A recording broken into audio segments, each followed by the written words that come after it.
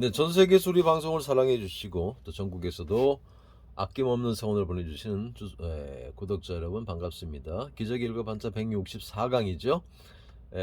활칼창에서 활과 관련된 활궁, 화살시, 신성시대는 화살이 이런 이를 지자도 보셨습니다. 그 다음에 요 글자는 뭡니까? 요 글자는 주살익이라고 합니다. 주살익자. 갑골문과 금문을 봤을 때는 연습용 그 창, 혼자 연습한 연습용 창처럼 보여요. 여러분들 그 테니스 연습할 때 테니스 공에다가 고무줄 매달아서 혼자 연습하는 거 보셨죠? 어디에 달아나지 못하게. 그러니까 화살도 옛날에 대량 생산이 안 되고 수공으로 만들다 보면 그 화살을 막 쏠 수는 없잖아요. 그럼 화살 연습할 때 그 많은 화살을 만들기도 힘들고 수거하기도 힘들고 하니까 그 화살 끝에다가 그 줄을 달아 가지고 연습한 다음에 줄만 당기면 되잖아요. 그래서 연습용 혹은 사냥용 화살을 본떠 만든 것이다. 뭐 그림에는 그런 뜻이 없습니다만 그렇게 이해하시면 되겠습니다. 주살 익자입니다. 연습용 화살이다 생각하시면 되겠습니다. 자, 연습용 화살이니까 이 글자는 뭐예요? 대신할 대자죠. 실전용 화살이 아닌 사람 군인이 연습용 화살을 들고 화살을 대신해서 연습하는 것이죠. 대신할 대자입니다. 대역 대신 그러죠. 대신하다. 대신 빌린 돈. 내 돈이 아니야. 내 남의 돈 대신한 돈. 그건 빌린 돈이죠. 빌릴 대자, 꿀 대자입니다. 대여, 대부, 임대, 전대 뭐 이런 할 때. 그 다음에 이제 대신한 땅. 대신한 땅. 동굴에 살고 이랬는데 아니 남의 집에 살고 그랬는데 이제 대신한 땅. 내 집을 짓기 위해서 이제 그 땅에다가 내 집을 짓는 거예요. 터대자. 토굴 대신 땅에 집을 짓고 살게 된 모습일 수도 있고 그렇죠? 발음 기호일 수도 있고 집터 대자 대지할 때 집터 대자 터 대자입니다. 자, 대신한 옷 사람이 입는 옷이 아니라 포대란 뭐예요? 사물이 입는 옷이죠. 사람 대신 사물이 입는 옷. 자루대자 포대대자입니다.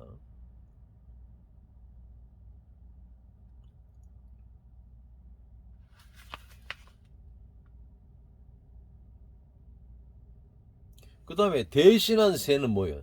대신한 새. 뭘 대신한 새예요? 이 보통 그 사냥은 사람이 합니다만 새를 훈련시켜 가지고 그 새가 이 주인을 대신해서 사냥하게 만들죠. 그런 훈련받은 새가 뭐예요? 솔개. 방패연할 때 솔개 연자입니다. 솔개를 훈련시켜 가지고 되돌아오는 화살처럼 먹이를 잡아 가지고 다시 주인에게 돌아오죠. 솔개연, 방패연할 때 솔개연자, 연연자입니다. 방패연할 때 씁니다. 요 글자는 주살 익자와 뭐가 들어갔어요? 장인 공자가 들어갔죠. 이 장인 공이나 주살 익자는 그 주구나 제구의 형태이기도 해요. 주구, 제구, 제사용 도구.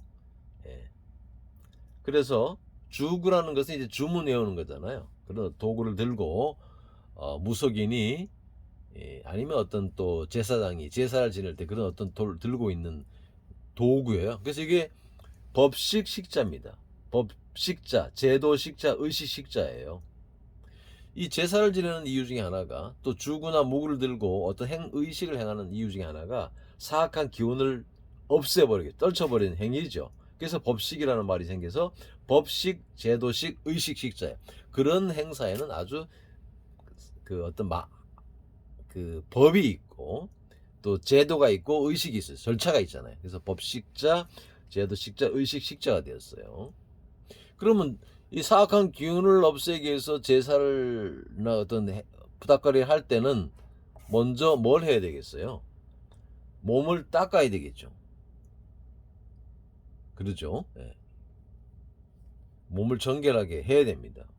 그는 씻는 모습에서 불식하다 할 때 씻을 식자, 닦을 식자가 되었어요. 행사를 하기 전에, 사악한 없애기 위한 행사를 하기 전에 몸을 청결하게 하고 또 깨끗하게 하는 손을 가지고 뭐 주변에 어떤 그 기구들을 깨끗하게 씻는 모습에서 씻을 식자, 닦을 식자, 불식하다 할 때 그렇게 되었습니다. 요거는 이제 발음교일 거예요. 이 술에 거자가 들어갔잖아요. 요거는 술의 앞턱 가로나무 식자, 절할 식자. 근데 사실 우리가 알고 있는 단어는 중국의 인물 가운데 소식이라는 사람이 있는데 그 이름에 사용되더라고요. 일상 대화 우리가 알고 있는 단어 어휘에는 사용되지는 않는 것 같아요. 사실 알 필요도 없죠. 요 식자가 발음교로 보시면 되겠습니다. 자, 요 글자가 법식자, 제도식자인데 요 사람 말씀온이 들어가면 뭐예요? 말로 이 부정탄 사람을 가려내거나 또는 말하는 방식으로 사람의 됨됨이를 알 수 있다 해가지고 시험할 시자, 검증할 시자입니다. 시험할 시자, 검증할 시자. 어떤 사람을 쓴다는 것도 그 잘못 쓰게 되면 그 사람이 사악한 기운이 있거나 됨됨이가 시원찮은 사람을 쓰게 되면 망할 수 있어요.